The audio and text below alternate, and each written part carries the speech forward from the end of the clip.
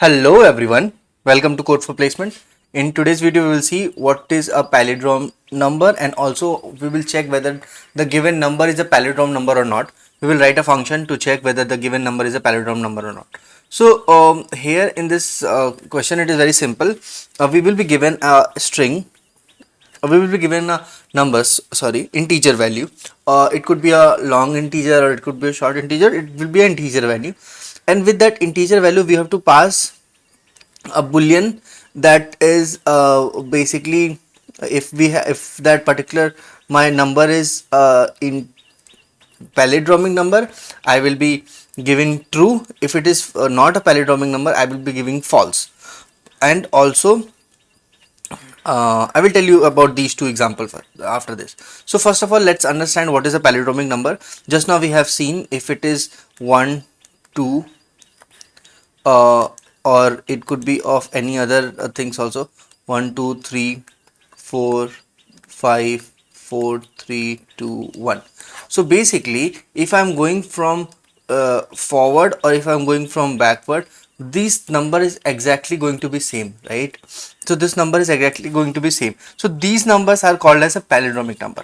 Means if we are going from any of the side, the palindromic number it will be. So like suppose 747.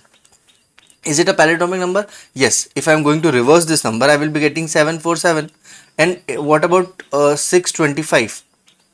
625 is a palindromic number? No. Why it is not a palindromic number? Because if I am going to reverse it, I will be getting it 526, right? So if I am getting 526, which is not equal to 625, so that's why it is not a palindromic number. If I am going to reverse this 747, I will be getting 747, so that's why it is a palindromic number. So this is clear, right? Okay.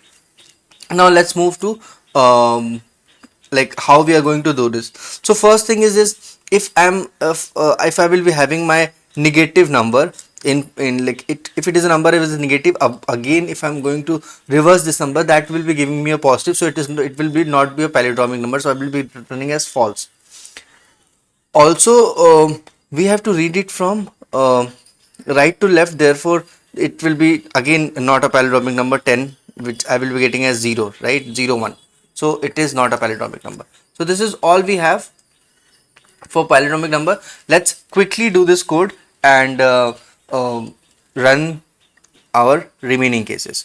So basically for the approach, what we will be doing it as, hope my screen is visible. So to this I will be first checking whether my given number, my integer, is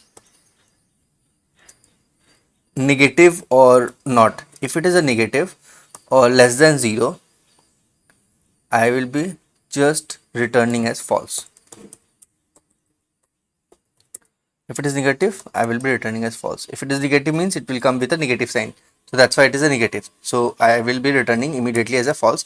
There will be no palindromic number, it will be a false. Now if let's store this one, this number in store this integer value in one of the variable number, because we are going to do all the operations on x, and further or we will be doing operation on number, and further we will validate at the last whether the given output or the reverse character is going to be same as x or not. After this I am just reversing the string. Here I am just reversing the integer which I am having. So I will just reverse integer over here. So what I do for reversing integer, I am just taking int as reverse, and this I am assigning it with 0. Post this, I am just keeping a while loop while my num is equal to number is greater than 0. In this case I am just reverse. So for this reverse, what I am doing will be reverse to 10 plus number. That's it. This is all we have. Okay. Now if I am having number is equal to number divide by 10, and here I'm just going to return my integer. So directly returning, I will just return the boolean, and with I'm just comparing it my reverse output. That's it.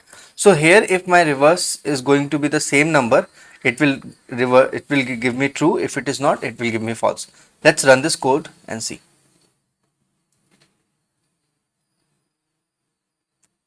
Yeah, super. So we did it. So this is how this is one of the best way to do palindromic check of any integer value. And do subscribe to Code for Placement for further support, because we will be making more such videos on this topic. And yeah, let's check the console. We'll run all the test case. We'll run this code once for the test cases also, and see if it is running or not. So basically, yeah, superb. So all the test cases are also getting passed. So this is how, and runtime is also small, and we are giving a bit of 96. Thank you so much, guys, and do subscribe to Code for Placement. Thank you for being with us. Thank you.